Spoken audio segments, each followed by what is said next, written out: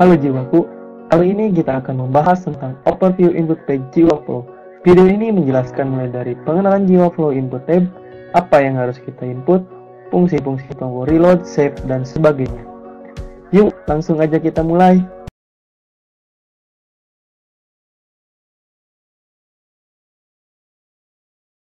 Di sini, setelah kita masuk ke modeling JiwaFlow dan memasukkan cache atau add new cache, maka kita akan melihat tampilan halamannya sebagai berikut.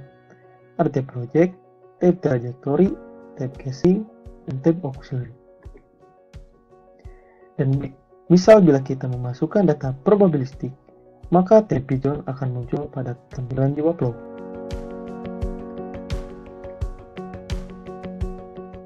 Untuk lebih jelasnya tentang apa itu deterministik dan probabilistik, juga penjelasan setiap tab akan dibahas pada video berikutnya.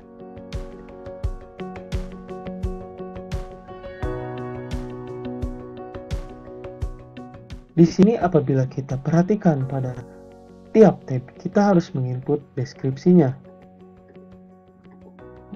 Agar pada saat run prosesnya bisa berjalan lancar dan tidak terjadi error karena berfungsi untuk informasi mengenai data inputan sebagai not pribadi user. Agar saat nanti di simulasi dimuat ulang, user dapat mengingat kembali mengenai informasi data yang diinputkan pada simulasi yang dilakukan sebelumnya. Seperti pada tab project, kita input deskripsi sesuai task yang dibutuhkan. Contohnya kita akan membuat pressure temperature profile, maka kita input misalnya how to generate PT profile in hydro well.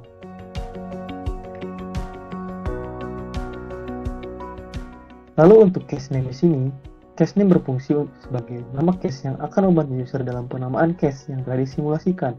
Dan jika ingin membuka ulang, user tidak lagi kebingungan dan hanya tinggal memilih sesuai dengan nama cache yang telah dimasukkan. Kita isi misal hydro well production. Lalu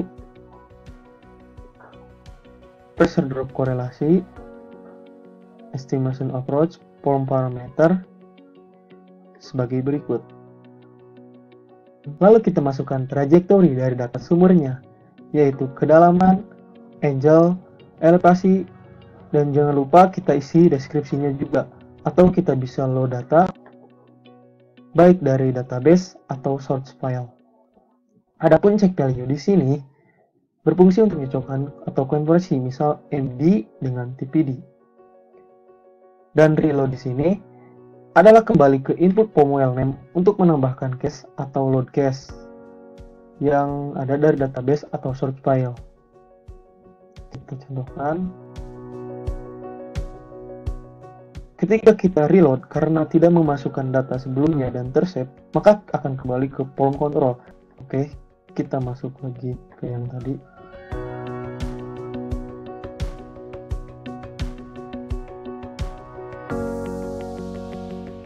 Masuk ke tab casing. Di sini kita input data kedalaman, ukuran, grade casing, diameter, dan sebagainya. Jangan lupa isi deskripsinya. Sementara tab auxiliary di sini diisi jika simulasi yang dilakukan memperhitungkan heat loss atau kehadiran multi komponen berupa CO2 atau NaCl selama produksi. Karena kita tidak menggunakan heat loss, maka kita tidak mencentangnya. Setelah semua data terinput, maka kita akan kembali ke tab project. Kita bisa run untuk mendapatkan outputnya berupa kurva dan tabel. Bisa kita lihat ada tulisan save, dan bila kita centang, maka proyek yang kita buat setelah di-run akan tersimpan secara otomatis dan bisa kita load untuk keperluan mengedit atau mengubah data kembali. Lalu main menu di sini berfungsi untuk kembali ke input form control. Bila kita sudah mengisi data sebelumnya dan terset, maka akan kembali ke hasil simulasi tadi. Kita coba main menu. Nah, karena kita sudah save datanya sebelumnya, maka kita akan kembali ke outputnya berupa tabel dan kurva. Kita kembali ke edit cache. Nah, setelah kita centang save project, maka tinggal kita run. Ini adalah hasil run atau simulasi yang kita lakukan. Didapat output berupa tabel dan kurva. Oke, sekian video kali ini. Itulah dia pembahasan mengenai overview input page JiwaFlow. Untuk pembahasan mengenai setiap tabnya bisa ditonton di video berikutnya hanya di Jiwa Learning. Fuel your mind in 5 minutes. Tonton terus videonya di Jiwa Learning, Fuel Your Mind in 5 Minutes. Ikuti terus update dari AI5 di website dan sosial media kita.